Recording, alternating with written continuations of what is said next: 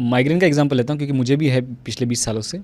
सो इसका इलाज इसलिए नहीं है क्योंकि मुझे तो पता है कि इसका इलाज प्रॉपर है नहीं। इट इज़ जस्ट आपने जैसे कहा कि उसको हम लोग सिर्फ लाइफस्टाइल में कुछ तो चेंजेस कर लेते हैं और उसका एक्चुअली इलाज नहीं करते, उसको सिर्फ कंट्रोल में लाते हैं। सो उसमें मुझे जितना समझ में आया है कि उसका इलाज इसलिए नहीं है क्योंकि उसके ऊपर रिसर्च इतनी नहीं हो पाई है कि पता चले कि वो हो क्यों रहा है। सोर्स ऑफ द प्रॉब्लम नहीं मालूम है, और सोर्स ऑफ द प्रॉब्लम मालूम नहीं है तो उसको ठीक नहीं कर पा रहे हैं। देखिए, मैं बहुत सारी कॉन्फ्रेंसेस अटेंड करता हूँ। आशा जी अपने उनके पार्टिसिपेंट का ध्यान रखने में लगी होती हैं। इस टाइप की चीज़ों में जाने में, जैसे पॉडकास्ट में जाना है या अपनी कुछ बातें कहना है या वेबिनार कंडक्ट करना है, जो हम हर वीकली फ्री वेबिनार हर ट्यूसडे को रात को 8 बजे करते हैं, अपने इन्हीं विचारों को शेयर करने के लिए, लोग जो जानना चाहते हैं उनके लिए। तो हम कॉन्फ्रेंसेस में मैं बहुत जाता हूँ। मेरे पेपर भी प्रेजेंट होते हैं। रिसर्च जो होती है वो टेबल टॉप रिसर्च होती है। सारी रिसर्च टेबल टॉप रिसर्च है। पीयर रिव्यूज़ होते हैं, लोग बैठे हुए, लाओ भाई लाओ, ये 5 पेपर हैं, इन पेपर में क्या गैप है।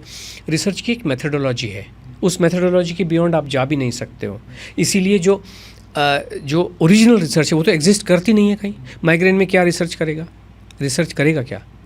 तो क्यों नहीं हुई रिसर्च इतने साल? रिसर्च आज तो हम 2025 में बैठे हुए हैं। फंसी हुई सुनीता विलियम्स को उठा के लेके आ गए, नहीं लेके आ गए। तो माइग्रेन क्यों क्योर नहीं हो सकता है? क्योंकि इनके बूते की बात है नहीं, या तो एजेंडा है कोई ना कोई। क्यों नहीं ठीक, सर में दर्द ही तो हो रहा है। हमारे यहाँ तो 1 महीने के बाद में पता ही नहीं चलता है माइग्रेन होता क्या। और देखिए, हम दावा नहीं कर रहे हैं, हमारे जो पार्टिसिपेंट हैं, जो समस्याओं से जूझ रहे हैं, वो उसके बाद में आके खुद ही बोलते हैं कि अभी हमें तो पता ही नहीं है माइग्रेन होता क्या है। और माइग्रेन जो हमारे पास, जो हम रिसर्च, हम भी स्टैटिस्टिक्स, क्योंकि मेरे पास तो इतना डाटा है और ओरिजिनल डाटा है और असली डाटा है। उस डेटा को जब हम स्टैटिस्टिकल एनालिसिस पे देखते हैं तो हमारे पास आने वाला जो एवरेज एज है 48 ईयर्स है। यानी कि हमारे पास 16 साल की लड़कियां भी आ रही हैं और 75 साल की महिलाएं भी आती हैं, बट ये साइड में थोड़े ज़्यादा आते हैं। तो 48 ईयर्स जो है वो एवरेज एज है। अभी आप सोचिए, अगर हम 60 साल वाले की बात, 48 एवरेज वाले की भी बात करें, अगर उसको माइग्रेन होगा तो पिछले 10 साल से तो होगा, तो 10 साल से तो डेफिनेटली ठीक नहीं हुआ है ना। यहाँ पे आके तो हमारा तो एक ही प्रोग्राम है, 90 डेज़ का ही है, जिससे हम लाइफस्टाइल आपकी ठीक करा देते हैं।